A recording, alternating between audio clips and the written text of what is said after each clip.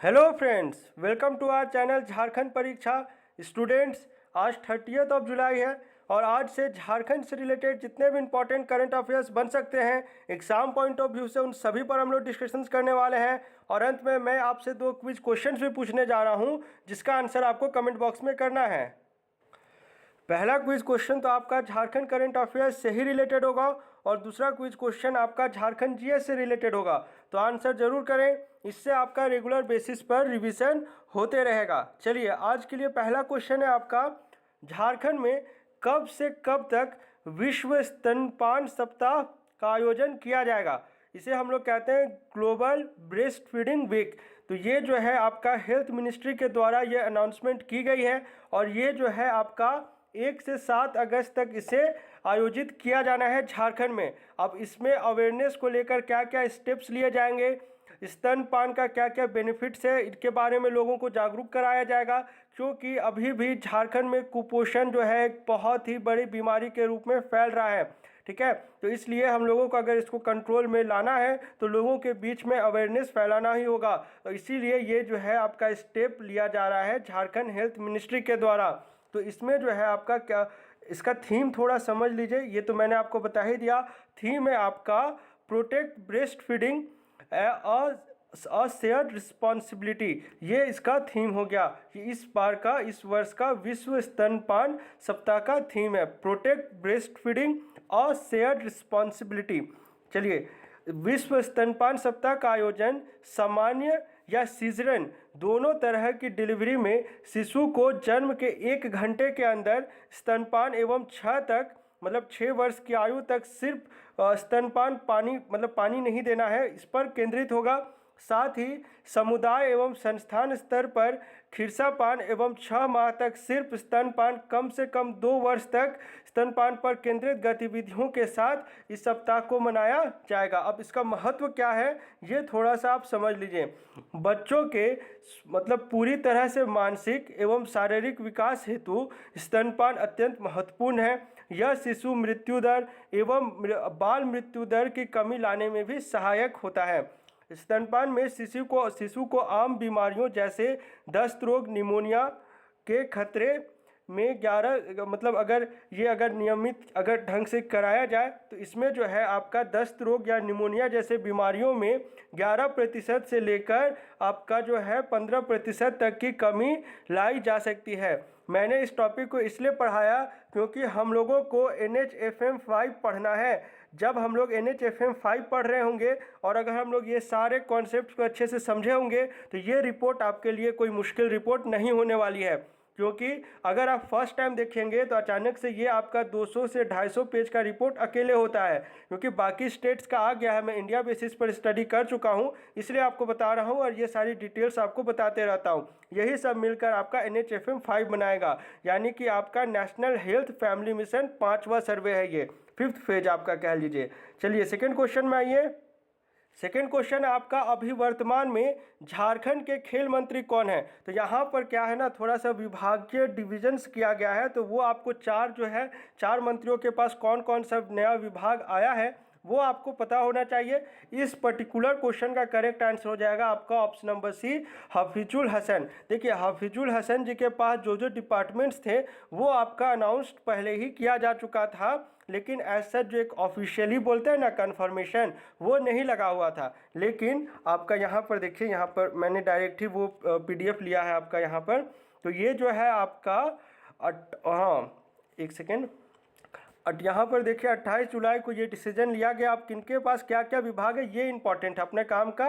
यहाँ से ये 4 पॉइंट है। पहला हो गया आपका श्री आलमगीर आलम जी, ठीक है। इनके पास कौन कौन सा है, संसदीय कार्य विभाग, ग्रामीण विकास विभाग, ग्रामीण कार्य विभाग और पंचायती राज विभाग। मैंने आपको जब करंट अफेयर्स पढ़ा रहा था मैं आपको तब बताया था कि ये आपका सब डिवीज़न होने जा रहा है। यही आपको कौन कौन सा बताया था आपको, एक तो हो गया आपका ग्रामीण विभाग, दूसरा हो गया आपका फाइनेंस मिनिस्ट्री। यहाँ पर आपका सब क्लासिफिकेशंस होने जा रहा है और वही चीज़ यहाँ पर दर्शाया गया है। इसलिए बोलते हैं करंट अफेयर्स डेली सुना करें। जिन्होंने उस वीडियो लेक्चर को सुना है वो यहाँ पर समझ पा रहे होंगे कि यहाँ पे ये 4 अलग अलग करके क्यों लिखा गया है।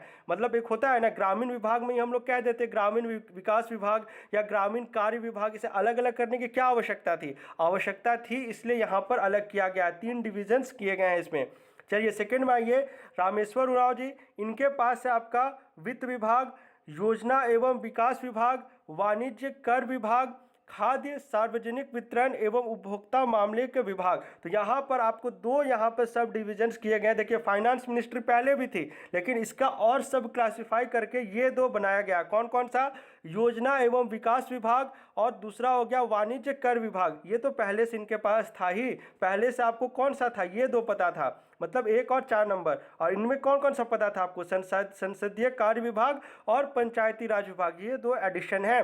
चलिए इसके बाद आइए जगन्नाथ महतो जी, तो इनको जो है इनका जो पुराना इनके पास जो भी मंत्रिपरिषद था वो इन्हें हैंड ओवर किया गया। क्या था इनका पास? स्कूली शिक्षा एवं साक्षरता विभाग और उत्पाद एवं मद्य निषेध विभाग, ये इन्हें पुनः हैंड ओवर कर दिया गया है। और लास्ट में आइए हफीजुल हसन जी, इन्होंने अभी मधुपुर जो बाइपोल इलेक्शन हुआ था ना, उन्होंने उसमें इन्होंने जीत हासिल की थी और इनके बाद जो है इन्हें ये 3 विभाग दिया गया है। कौन कौन सा? वेरी इंपॉर्टेंट है, ये एग्जाम में पूछ लिया जा सकता है इससे क्वेश्चंस। अल्पसंख्यक कल्याण विभाग, पर्यटन कला संस्कृति खेल कूद एवं युवा कार्य विभाग और तीसरा हो गया आपका निबंधन विभाग। तो ये चारों के डिविजन्स और नाम आपको याद रखने हैं, इंपॉर्टेंट है। ये चेंजेस किए गए हैं। मैं वर्तमान में कौन क्या है वो वीडियो जब अपलोड करूंगा, मैं चाह रहा हूँ जेपीएससी डेट अनाउंस करें ताकि मैं उसे अपलोड कर सकूं, वो लेटेस्ट रहे। अगर अभी अपलोड कर दूंगा, मान लीजिए अगर आपका एग्ज़ाम 1 मंथ के बाद होता है तो फिर से वो चीज़ आपके लिए पुराना हो जाएगा। वो एग्ज़ाम से पहले ही 1 सप्ताह पहले 2 सप्ताह पहले पढ़ने की चीज़ें होती है, वो स्टैटिक वाला पार्ट हो जाएगा।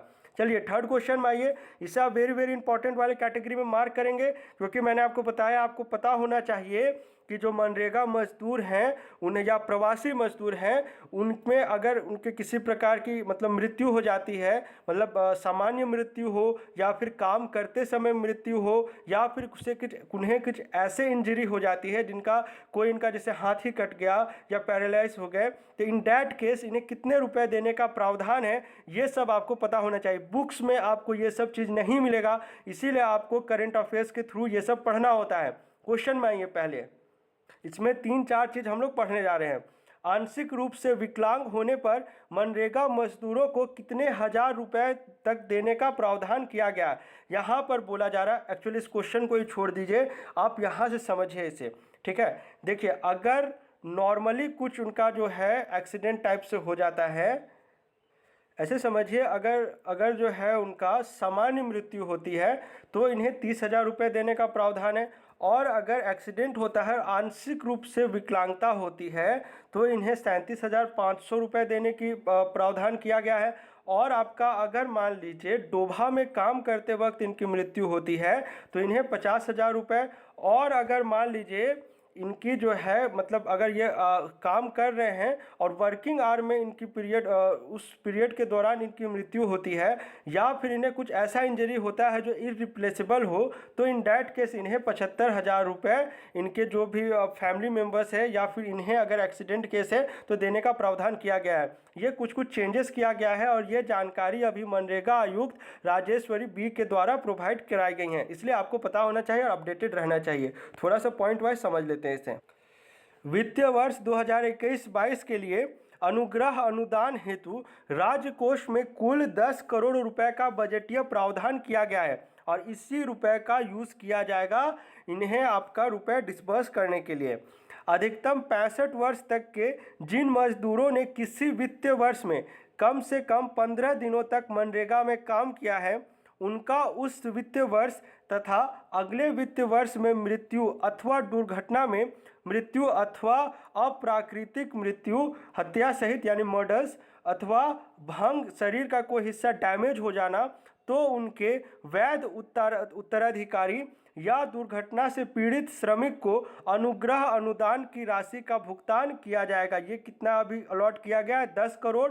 और ये इसका जो है एलिजिबिलिटी क्राइटेरिया है। उम्मीद करते हैं आप समझ रहे होंगे, ये एलिजिबिलिटी है, समझ गए होंगे एलिजिबिलिटी। 2-3 बार PDF पढ़ लेंगे तो याद हो जाएगा। ये काम का चीज़ है आपके लिए। आंशिक रूप से विकलांग होने पर 37,500 रुपये, दुर्घटना में मृत्यु अथवा अप्राकृतिक मृत्यु होने अथवा स्थायी रूप से विकलांग या अंग भंग होने पर 75,000 रुपये और सामान्य मृत्यु होने पर 30,000 रुपये तक दिया जाएगा। मनरेगा योजना अंतर्गत निर्मित डोभा में डूबकर मरने वाले मृतकों के आश्रितों को 50,000 रुपये तक देने का प्रावधान किया गया है। और ये मैंने आपको बताया, याद रखना, ये अभी चेंजेस किया गया था ना, कुछ 30 से 40 चेंजेस किए गए हैं, उन्हीं में ये एक चेंजेस है। ठीक है, चलिए इसे आप इग्नोर करिए। आज ये झारखंड के किस इंस्टीट्यूट को most admired hotel management institute of the year के अवार्ड से सम्मानित किया गया है? तो ये दिया गया आपका IHM रांची। IIM और IHM में कंफ्यूज नहीं करेंगे। देखिए ना, ऑब्वियसली है ना, यहाँ पर आपका होटल टर्म का यूज़ हो रहा है तो एच यहीं पढ़ना आएगा, IIM कैसे आएगा। चलिए, नेशनल एजुकेशन प्राइड अवार्ड 2021 की वर्चुअल अवार्ड सेरेमनी में IHM रांची को most admired hotel management institute of the year award से सम्मानित किया गया है।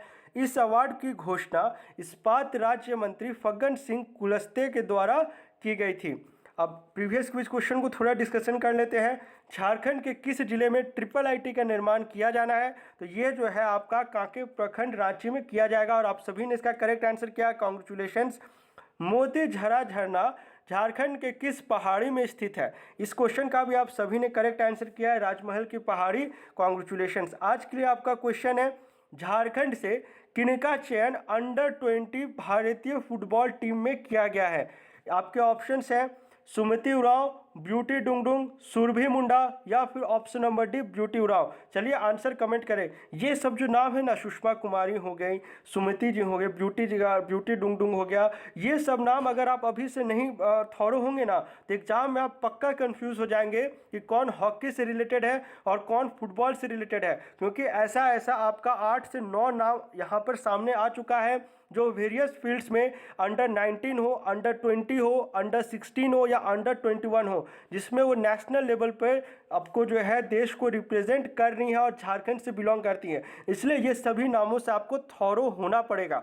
चलिए, GS वाला क्वेश्चन है, हरिहर धाम किस जिले में स्थित है? आपके ऑप्शंस हैं गोड्डा, देवघर या फिर ऑप्शन नंबर, यहाँ पे लगता है ना एडिटिंग करने में भूल गया हूँ, आप अपने से समझ लीजिए, गोड्डा हो गया, देवघर हो गया, यहाँ पर आप दुमका कर लीजिए, या फिर ऑप्शन नंबर डी यहाँ पर गिरिडीह कर लीजिए, बगोदर वाला एरिया। ठीक है, चलिए आंसर कमेंट करें। मिलते हैं झारखंड के अगले वीडियो लेक्चर में। Thanks for watching this video.